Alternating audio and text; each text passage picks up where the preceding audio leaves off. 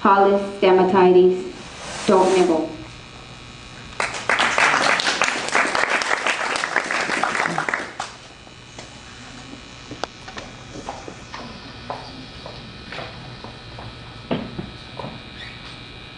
Just one little nibble. That's what I would hear. Just one little nibble.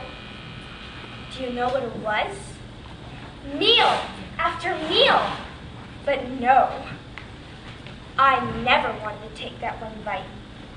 And when I would, it would just come back up. Have you ever had to do something that you hated but had no choice? Just one little nibble, my mother would tell me, and then we'd have dessert. Wait, we have my favorite, triple fudge ice cream. But the only way to get to it was to swallow that awful, slimy spear of asparagus. I held up my fork, staring at that green thing on it. I didn't get it. All slimy, stringy, and yucky? Why on earth was my mother making me eat this food? I can't even call it food, because it isn't. It's God's practical joke on me. I stared at my mom's plate. Gone. My brother's plate? Gone. Everybody had eaten their asparagus, except for me. And guess what? Everybody got triple fudge ice cream that night, except for me. It just isn't fair. I mean, who would even incorporate asparagus into the vegetable family? I don't see anybody eating grass. I get it though, it was nature and everything, but still. And carrots are just as bad. Why do people insist that carrots are good vegetables? I think they're weeds. These are nice fresh vegetables, my mother would say. Yeah, right, fresh. Do you want to know how to keep vegetables fresh? Well, for starters, don't pick them. Why does all the terrible stuff have to be so healthy? And why does all the good stuff, like triple fudge ice cream, have to be unhealthy? I just don't get it. And every meal has good and bad. Take Mexican, for example. I love tacos, but I hate refried beans. I didn't even like them the first time.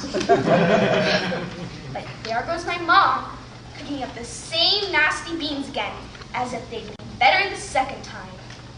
It doesn't make sense. You know, I always got angry at my parents for making me eat vegetables. I really got angry when they were making me eat all the nasty ones like asparagus, squash. But way back in my head, deep back, I knew they were right. And the vegetables are good for me, providing the necessary nutrition. And that the only reason they were making me eat the stuff was because they loved me and cared for me and wanted me to be healthy. But I look back now and think, why did I make it such a big deal? I would cry and spend hours at the table after everyone had finished having a staring contest with my zucchini. And if I didn't eat it, I would go to bed without ice cream. What a baby, right? And the next day, it would be the same thing all over again. I'd sit down with my family. Everyone would enjoy their meal as I sat there, pondering the origin of eggplants. How well do you do things you know that you have to do, even though you hate them? And do you want to know what the worst part is? In my house, after dinner, I have to do KP. Do you know what KP stands for? kitchen patrol, but I take it as kitchen punishment. I'm done, I whispered to my father. Did you sweep the floors? Yes. Did you wipe the counters? Yes. Did you put the pots away? Yes. Did you wash the stove? Oops. Having KP is definitely not one of my favorite things, especially after a party and a big meal. Everyone just gets up and walks away as I sit here, staring at my shadow in tears, in complete despair, all alone. I grab the sponge, squirt the soap, scrub, scrub, scrub, scrub, scrub, scrub, rinse, dry, put away, and scrub all over again. I would spend hours cleaning. I don't know why it took me so long. Or do I? Could it be that I worked so slowly because I loathed the task? How methodically do you move through work you hate, but know you have to do? Have you ever done a job poorly because you despise the job?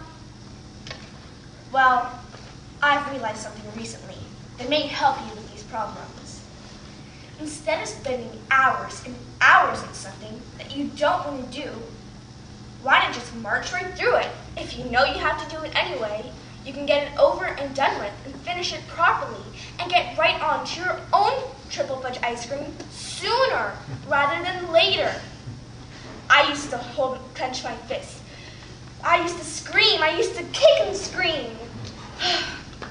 Yeah, I was a picky eater. Truth is, I'm not the best at it now either. But here's the deal. Don't dally or delay things you know you have to do no matter what. Take it from the back of your list to the front of your list and get it over and done with. And take it from me. And I know a lot of stuff, because I'm 13. And don't nibble.